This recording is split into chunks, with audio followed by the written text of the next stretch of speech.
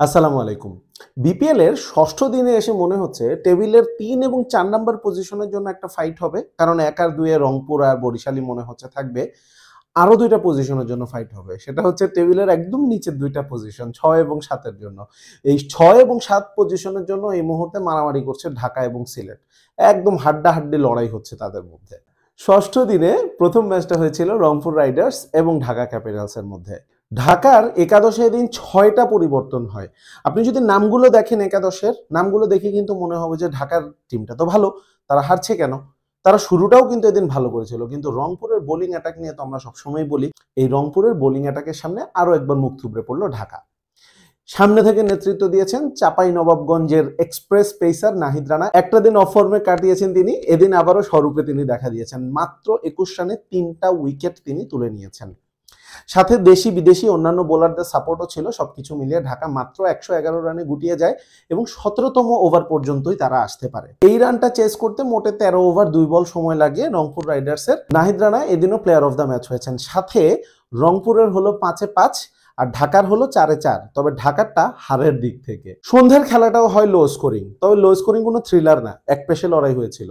প্রথমে ব্যাট করতে নামে সিলেট স্ট্রাইকার্স, অপোনেন্ট হচ্ছে ফরচুন বরিশাল। ব্যাট হাতে সিলেটের কেউ কিচ্ছু করতে পারে নাই, মাত্র ১২৫ রানে অল আউট হয়ে যায়। আমি যেহেতু দেশি খেলোয়াড়দের উপরে একটু হাইলাইটটা রাখতে চাই, তো আমার জন্য একটা সান্ত্বনা হচ্ছে যে সর্বোচ্চ রানটা করেছেন তাদের ক্যাপ্টেন আরিফুল হক, ৩৬ রান করেছেন তিনি। বরিশালের বোলিং এর দিকে যদি তাকাই, হ্যাঁ Jahandad man of the match হয়েছেন বটে, তাদের পাকিস্তানি রিক্রুট।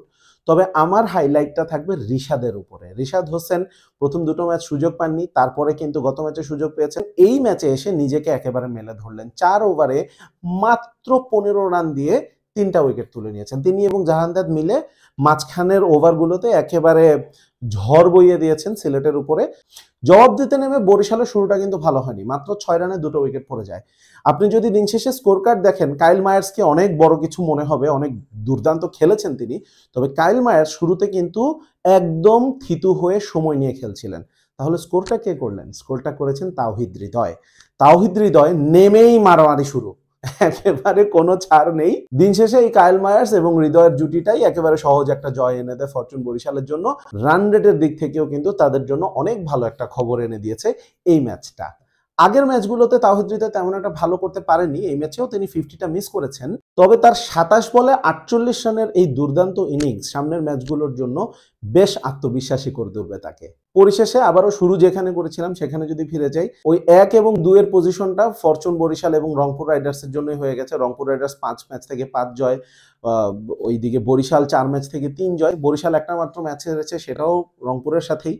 আর ঢাকা এবং সিলেটের জন্য কিন্তু অবস্থা ভালো একটা ঠেকছে না। টেবিলের তলানিতে থেকেই তারা শেষ না করে এই সিজনটা, এই শঙ্কাটা কিন্তু তাদের রয়ে যাচ্ছে।